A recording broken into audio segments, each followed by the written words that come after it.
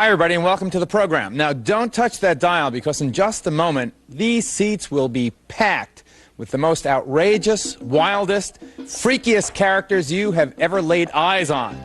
Mom and Dad, look closely, because your daughter or son may be right here in our studio today. Club Kids 92, the next generation. Okay, come on out.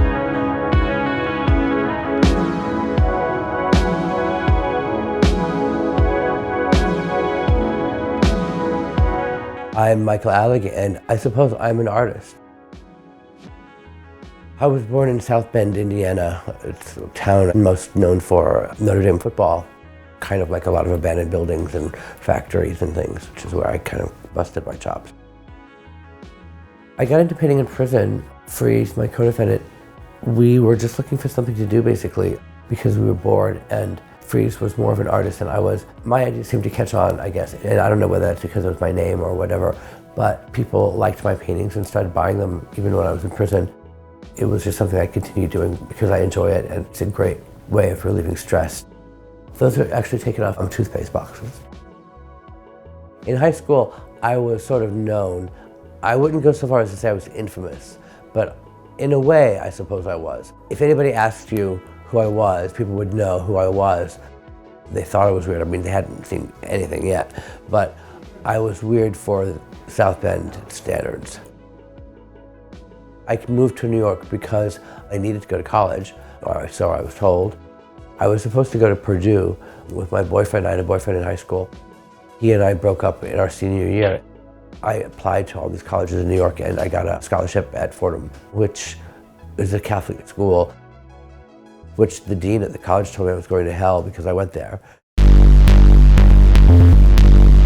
My first introduction to the club scene would have been Danceteria, and it was a punk rock show. And I didn't really like it. It was claustrophobic, and the music, I didn't really like it.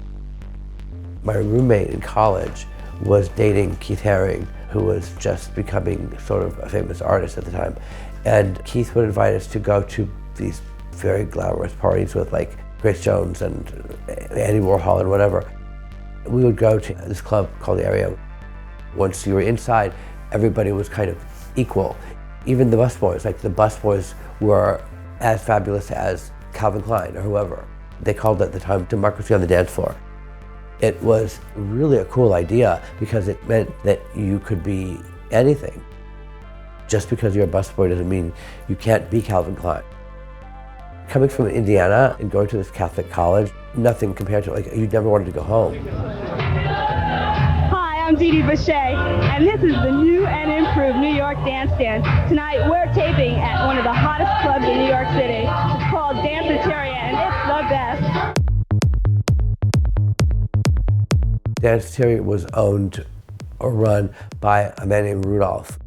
They eventually hired me as a busboy. I said I would do that on the condition that they would allow me to pitch ideas for events and things like that. And I just pitched idea after idea after idea. They were really crazy ideas because I didn't know anything about hosting events. But eventually Rudolph let me host an event just because he thought the idea was so crazy and like so stupid that it was funny, and that if I could make that work, then I guess I could make anything work. It was called the Filthy Mouth Contest. It was just basically a contest where you would go on the stage and say the dirtiest thing, the nastiest thing you could think of, and the person who could say the vilest thing would win $100, I think. It was a weekend night, and it was free to get in for all my friends, and there was an open bar, so I thought, how can I not fill this place? Which I did. And then the New York Magazine article came out, which was in March of, I think, 1988, and the title was Club Kids, and nobody knew that it was going to be a cover story. They called it Club Kids because we were all so young. That was kind of Rudolph's broken German English, like those kids, those club kids. Once it was on the cover, he called me into the office the very next morning, and he said that a lot of really important people are going to be paying attention to us now. Club kids were punks plus yuppies, whereas the punks would dress up and look like freaks, and then you'd look at them and they'd say, "What are you staring at?" We would dress like freaks, and people would look at us and we would say, give us $100. So we were kind of like monetized punks, and we were a little bit less edgy because we wanted to be in magazines and we wanted to not scare people too much. We wanted to be like a little bit edgy, but also like a little bit beautiful and not so scary as a punk rocker, because it was business. We had garnered a name for ourselves, and whatever club we went to, 500 new kids followed us. The next club was the World, and we filled the World. And every club we went to, the club owner paid me to make sure I would bring all my friends. We did it for 10 years, basically one club every year. I hear Mars is empty tonight. Maybe we should go there and fill it out. Oh no, I hear Mars is empty tonight.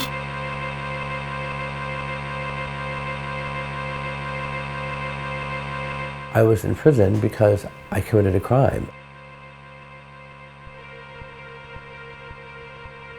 There was an argument and there was a lot going on at the time. The person that we killed was a drug dealer and he was a potential federal informant. To have him found dead in our apartment would have seemed so suspicious.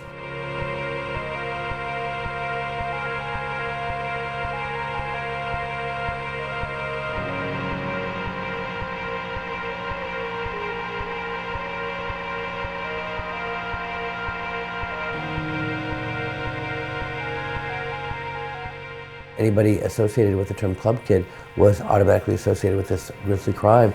And it's a real shame because the entire subculture was tarred with the same brush, and really smart, creative, talented people who'd worked their entire lives honing their craft and who had nothing to do with this were basically banished from working in nightclubs or in nightlife or in related industries even. Where are we going, Michael? Where are we going? Up here. Oh. Oops, hold on. Alig is showing us the It Club. The It Club, he's done something to it. When I first came home, there were rumors that people were idolizing me for the crime that I committed. And I don't think I've ever received one message or letter or anything from somebody who thought that the crime that I committed was cool. It was more like they were inspired by what I was doing in spite of the fact that I did this, which goes to show really how powerful what we were doing was. A lot of young people, it was the first time they ever saw people being who they really are without fear of being judged. That's very powerful for people, especially coming from places like South Bend. It was very encouraging for a lot of people who moved to New York and wanted to be part of that, because we have this like personality and charisma and character thing that is kind of fun to play around with and express who you are. We were the family that we made. A lot of us came from small towns and where we didn't fit in anywhere. Maybe kicked out of our family's house. So we didn't have real families, so we made our own families with each other. I don't think any of us really realized at the time that so many people would be interested in what we were doing. We were doing it basically for ourselves, which is, I think, what made it kind of authentic, and it was growing organically, and it wasn't like something that was created in a boardroom. It was something that was very real.